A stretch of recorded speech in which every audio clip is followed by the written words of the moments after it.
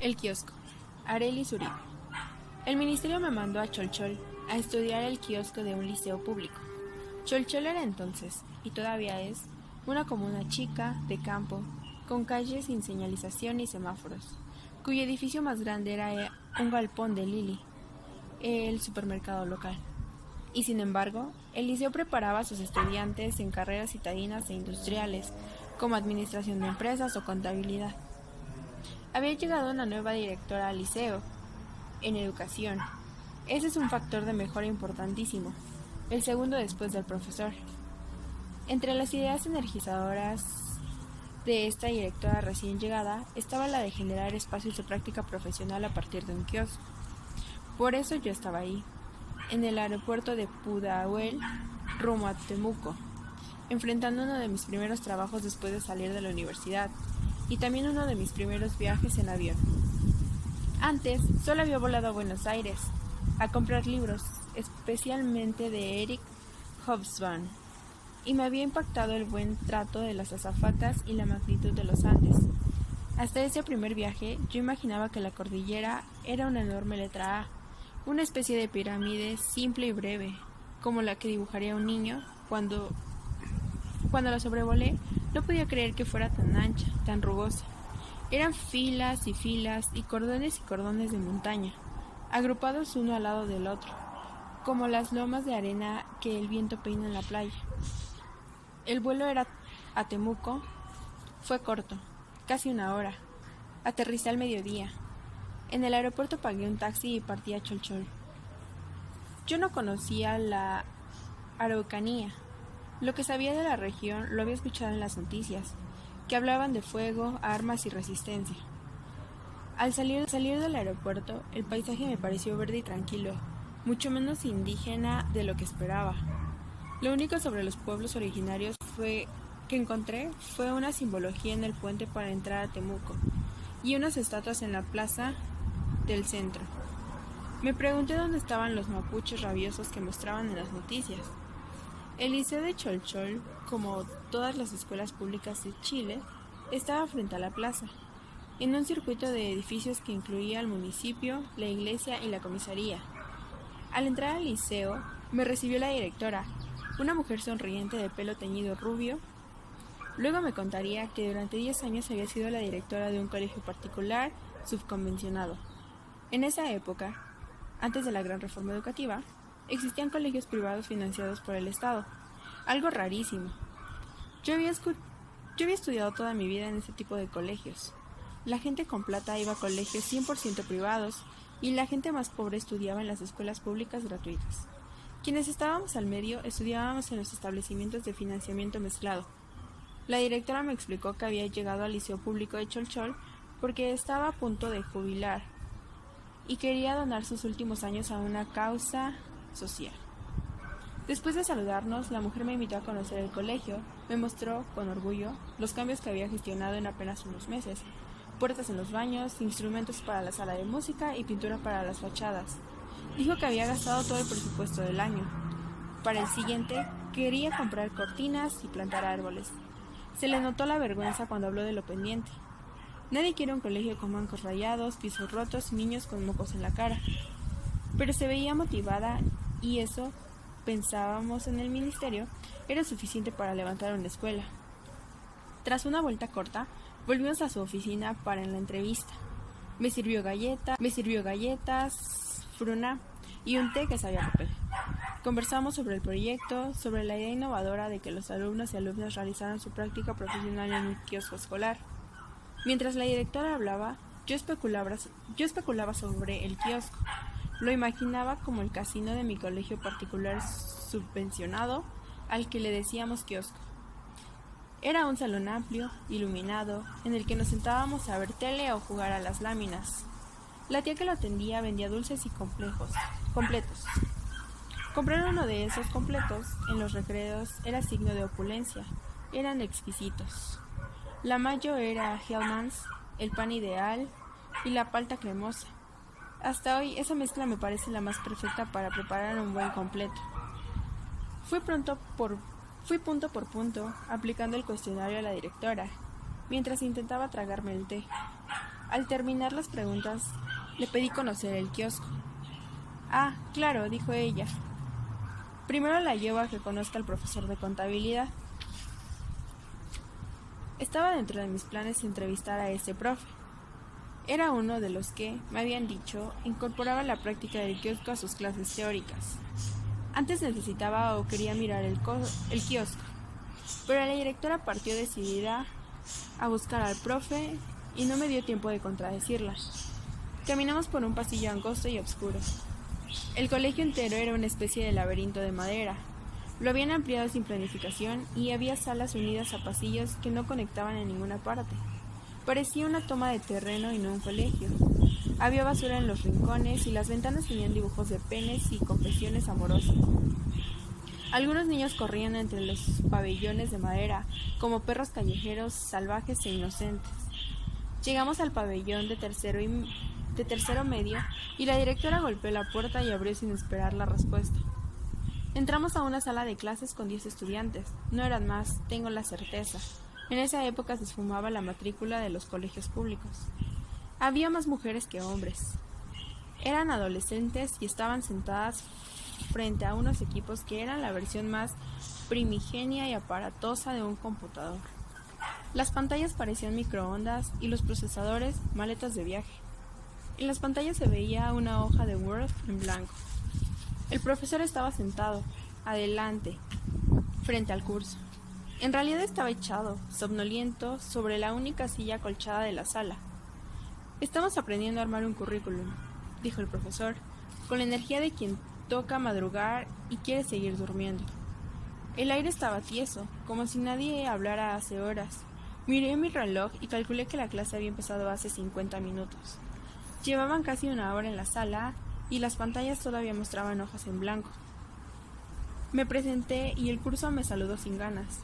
La directora le explicó al profesor que yo era asistente social del Mineduc y que necesitaba hacerle una entrevista, muy cortita, en la biblioteca. Cuando salimos, los estudiantes seguían igual de lánguidos, como si en vez de adolescentes fueran desahuciados de un asilo. La biblioteca era una sala chica, con 6 libreros. Me fijé en los títulos y encontré los clásicos. Gabriel García Márquez, Miguel de Cervantes, Gabriela Mistral. Había pocas copias de cada uno y muchas enciclopedias, océanos y diccionarios zigzag. Los libros se veían nuevos y eso me sorprendió. Una biblioteca desgastada es mucho menos triste que una impecable y sin uso. La entrevista fue corta. El profesor se comunicaba con monosílabos y era malo hilando frases o analizando su práctica pedagógica. Era como si jamás se hubiese sentado a pensar en su propio trabajo. Modulaba tan mal que no parecía una persona que a diario trabajase exponiendo ideas en público. Le apliqué el cuestionario rápido y marqué la punta de la hoja con una X, para recordar que había sido una pésima y que quizás debía descartarla. Al terminarla, el profesor me acompañó a la oficina de la directora. Allí acomodé mis cosas y pedí el baño. La directora me ofreció el suyo con mucha amabilidad. Era para su uso privado. Cuando entré, encontré un espacio chico, pero con buen olor. Tenía papel de baño, jabón y hasta una toalla. La diferencia con el baño de los estudiantes me impresionó. Pensé, la dignidad de un colegio puede medirse en la limpieza de sus baños. Salí y la directora me invitó al otro extremo del liceo, a buscar al tío Manolito, un hombre moreno y de cotón azul, que nos llevaría por fin al kiosco. Caminamos hacia un patio chico y encontramos a Manolito de una pieza construida con holgán. Tomaba té en bolsa y pulía unas herramientas. En cuanto nos vio, se limpió la cara con la manga. Pescó un llavero que estaba sobre la mesa y con actitud servicial nos invitó a seguirlo. Entramos a otro pasillo, igual de angosto y húmedo que los demás, y aparecimos en un tercer patio, un descampado de tierra. Algún día, dijo la directora, esperaban construir allí el gimnasio del colegio. Querían partir instalando un techo alto, tipo galpón, para que los tipo galpón para que los niños tuvieran donde jugar en los días de lluvia. En medio de ese baldío, como una palmera en una isla, estaba el kiosco. Cuando lo vi, el pecho se me apretó y se me acoloró la cara. Tuve que disimular mi impacto. Era una cajita de lata más chica que los kioscos que venden diarios y revistas en la calle. Estaba muy mal pintado, como tempera amarilla, roja y verde, y ya se estaba descascarando. Parecía un baño químico olvidado en un peladero. Entre más nos acercábamos, más incomodidad sentía y más me costaba encontrar algo que decir. Los mismos estudiantes lo pintaron, dijo la directora, contemplando el kiosco. Muy bonito, dije con el mayor convencimiento que pude. ¿Quiere verlo por dentro?, ofreció Manolito, introduciendo una llave en el candado que enlazaba la cadena de seguridad. Dije que sí con la cabeza. Manolito abrió la puerta y adentro el panorama fue peor. Era oscuro y olía a respiración. Era tan minúsculo que apenas cabía una mesa. Me fijé en el piso, unas tablas de madera vieja y deslavada. Sobre una de las paredes de latón había una hoja de cuaderno universitario que decía lista de precios y detallaba papas fritas, bebidas, galletas, soufflé. Nada costaba más de 300 pesos. Está bueno, ¿verdad?, dijo la directora. Dije que sí otra vez con la cabeza y me esforcé por sonreír. Esa tarde entrevisté a 3 estudiantes del tercero medio que hacían su práctica profesional en el kiosco. Las 3 vivían internas en el liceo. Eran morenas, rellenas y con apellido mapuche. 2 ya habían tenido guagua, la otra quería ganar alguna beca y estudiar en Puerto Montt. Eran lindas y salvajes como las flores amarillas que crecen en la orilla de la carretera. Las acompañé toda la tarde y las vi vender soufflés y chocolates, anotar el flujo de caja en un cuaderno y organizar sus productos en una rejilla plástica. Muy chicas, sus compañeros de curso les decían gerentas, y ellas sonreían al escuchar ese apodo. Me daba pudor estudiarlas. Traducir sus vidas a términos teóricos, les platiqué la pauta de preguntas con la mayor insensibilidad que pude, con un médico que desliga el cuerpo del paciente de la identidad de la persona. Luego de ese primer viaje, fui a varias veces a la Araucanía y vi escenas y conocí gente que todavía recuerdo. Estuve en colegios de Nueva Imperial, Freire, Porto Saavedra.